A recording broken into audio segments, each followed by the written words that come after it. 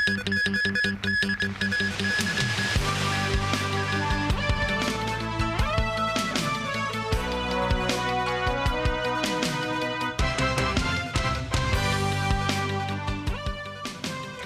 evening, and thank you for joining us. Xia Baolong, the director of Beijing's Hong Kong and Macau Affairs Office, visits Kwai Chung Container Terminal as he wraps up the second day of his inspection visit in the city. Mimo Sangai reports. At around 11 a.m., Xia Baolong arrived at the first stop of his Day 2 visit, the Kwai Chung Container Terminal. Accompanied by Chief Executive John Lee, Xia inspected the COSCO-hit terminals to understand the development of Hong Kong's shipping industry. A representative of the joint venture says Xia is intrigued by the port industry. They say the terminal has been applying technology to help reduce manpower, including deploying 6 autonomous trucks to work on the site. The number is expected to be increased to 50. After about an hour, the senior Beijing official left and headed to the government house to meet with the chief executive. The meeting lasted about 4 hours, and Xia arrived at Shenzhen Bay Control Point at around 5 p.m. The chief executive offered Xia a present and the two shook hands, marking the end of the 2-day visit. Speaking to the media, Lee says Xia provided guidance and valuable opinions for the administration during his inspection, and the director is pleased with the government's multiple policies, including light public housing and a university town within the northern metropolis. The CE says Xia described Hong Kong's first 5-year plan as directional, strategic and practical, adding the director would require the government to formulate its policy address based on the targets set in the plan. The Beijing official did not stay in Hong Kong after his inspection on Tuesday and returned to Shenzhen. He then arrived in Hong Kong via Huanggang Port this morning. On social media, Security Secretary Chris Tan says Xia examined the new Huanggang Port and listened to representatives presenting the latest development progress of the building, which is set to open in July. Moments 9, TVB News. A light truck collided with a taxi on Changsha Highway, killing 2 taxi passengers. The deceased are a firefighter and his wife. Sources say the firefighter rescued an elderly man who attempted to take his own life at the Kwun Tong Pier last Wednesday when he was off duty. The truck driver has been arrested on suspicion of dangerous driving. Dashcam footage captured the moment of the fatal collision. A white light truck is seen traveling along the fast lane and appears to lose control, ramming into a taxi in the slow lane. The taxi is seen pushed towards the roadside, flipping several times before coming to a halt. 2 passengers were reportedly thrown out of the vehicle. The taxi lay sideways, severely damaged, while the light truck overturned. The accident unfolded at around 10:30 p.m. last night as both vehicles were heading towards Kowloon on Changsha Highway near Hoi Lai Estate. The 38-year-old male and 35-year-old female taxi passengers were pronounced dead at the scene by paramedics. Both drivers passed breathalyzer tests. The 30-year-old taxi driver injured his right hand and was conscious when taken to hospital. The 44-year-old truck driver, unscathed, has been arrested for dangerous driving causing death. Police do not rule out the possibility that the taxi passengers were not wearing seatbelts at the time. The cab company Big Boss Taxi expresses condolences to the victims' families, adding it would fully cooperate with the police, including providing dashcam records to help determine the cause of the accident. The government plans to tighten the screws on medical examination requirements for commercial vehicles drivers in July. This as the government reveals the number of cabbies aged over 65 has doubled over the past 10 years. In August, a taxi allegedly lost control and killed a pedestrian, a Filipino tourist. Another fatal accident last month involving an elderly taxi driver in Ngau Ta Kok claimed the lives of 2 female passers-by. To address that, the government aims to present enhanced proposals to the Legislative Council in July to tighten the age threshold for commercial vehicle drivers to submit medical examination certificates to the age of 65 and amend the validity period of their driving licenses, which will be subject to an annual medical checkup. The target to implement the new measures by mid-2027. At the Legislative Council, lawmakers today sought clarity over how authorities will ensure objective medical assessment standards. Now we have a register of medical examiners. We also provide guidelines so that medical examiners have standards to follow. Aged drivers have long working hours so that they are exhausted. However, the younger generations are not willing to join the trade. Does the administration have any assessment of the manpower shortage? In 2015, there were 17% of drivers aged 65 plus. However, this year, the figure jumped to 34%, which was a huge jump. We need to face this situation squarely. Measures to woo younger drivers to join the trade include enhanced training programs, streamlined written exams, and more recruitment initiatives by operators. The signing ceremony of the U.S.-Iran Memorandum of Understanding is currently scheduled to take place this Friday in Bürgenstock, central Switzerland, authority says.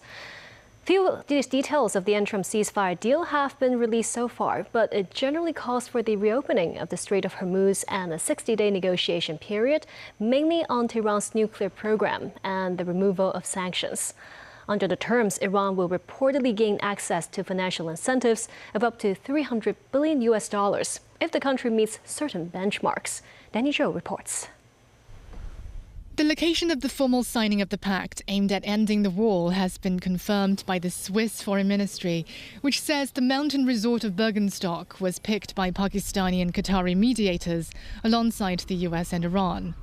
A proposed draft of the 14-point memo circulated on media specifies Iran's immediate clearing of underwater sea mines and the restoration of maritime flows from the Persian Gulf to the Gulf of Oman to pre-war levels in 30 days.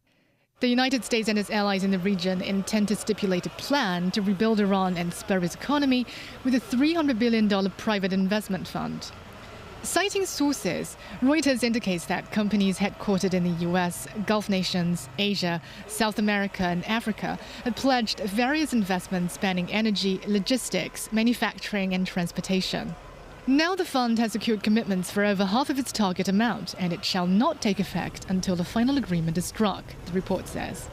In addition, a provision in the MOU will allow Iran to start selling oil and fuel immediately upon its signing, simultaneously with banking, transportation, and insurance services to facilitate sales. This agreement covers something very nicely. US President Donald Trump states on the sidelines of the G7 summit that the peace deal between the US and Iran is now entering into the second stage, which he believes would be actually easier. Trump also says the text of the preliminary agreement will be released in the next couple of days, underscoring Iran won't have a nuclear weapon. In Washington, the Senate narrowly thwarts a war powers resolution that would halt US military operations against Iran in a 47-48 vote. Lawmakers who have raised doubts about the emerging peace deal shrouded in secrecy say they are expecting a briefing from the Trump administration. 60 days is tight. But again, an off-ramp to a war that was illegal and never should have started is something that we should feel good about. And then we just hope that our negotiators, get a good deal, and they'll have to bring it back to Congress pursuant to the Inara bill that I helped write. Senator, we're back to where we were before the war began, except we're in a weaker position and Iran seems stronger. I think this peace agreement could well be a surrender, in effect, and the president's very reluctant to make it public. Iranian media reports that personnel from the International Atomic Energy Agency will be barred from entering Iran's nuclear facilities for inspection during their future talks with the US side. Danny Zhou, TVB News.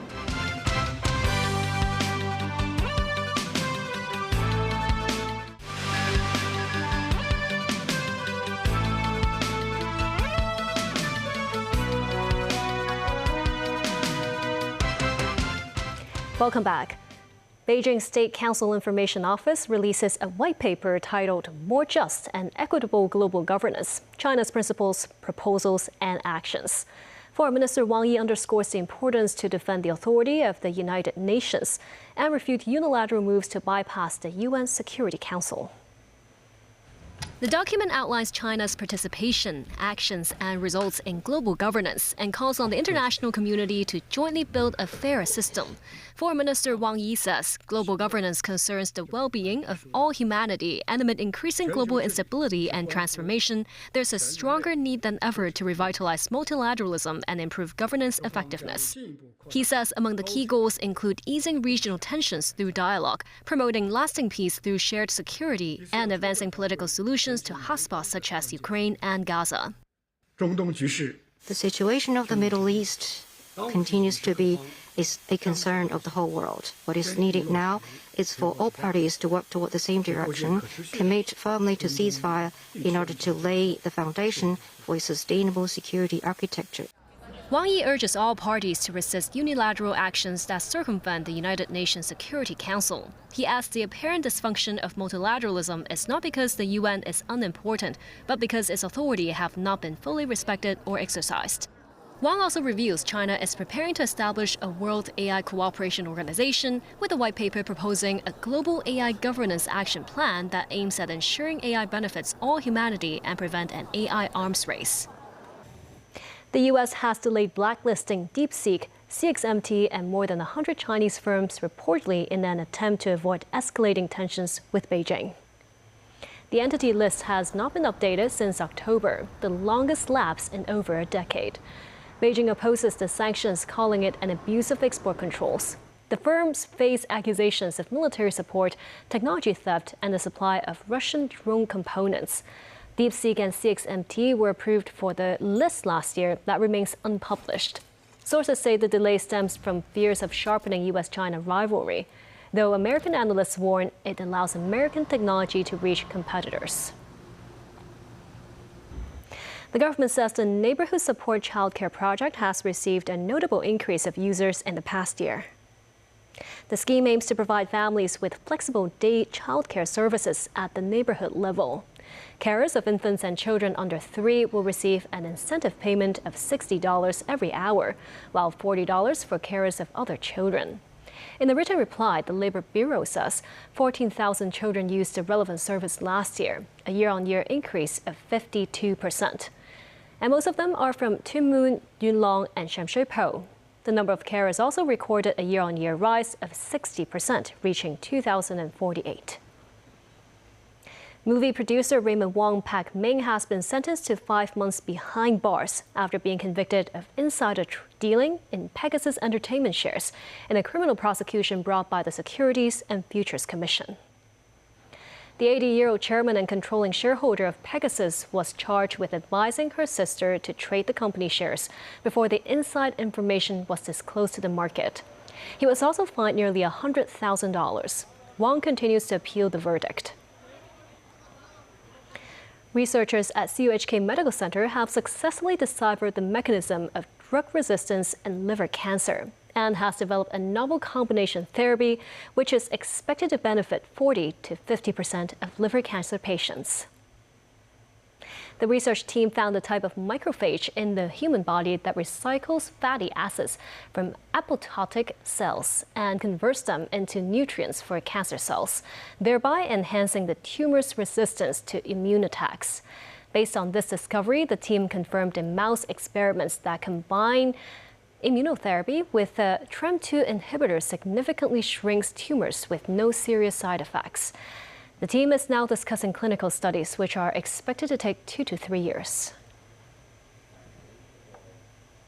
The International Astronomical Union names asteroid 34871 Ho-Wai-Ho, paying tribute to firefighter Ho-Wai-Ho, who died while battling the blaze at Wanfo Court last November. The asteroid was discovered in 2001 by Hong Kong-born Canadian astronomer William Yeung. The Astronomical Union formally approved the name proposed by Yeung this month, noting Ho's courage and dedication in rescue operations. And that's the news. Thank you for watching.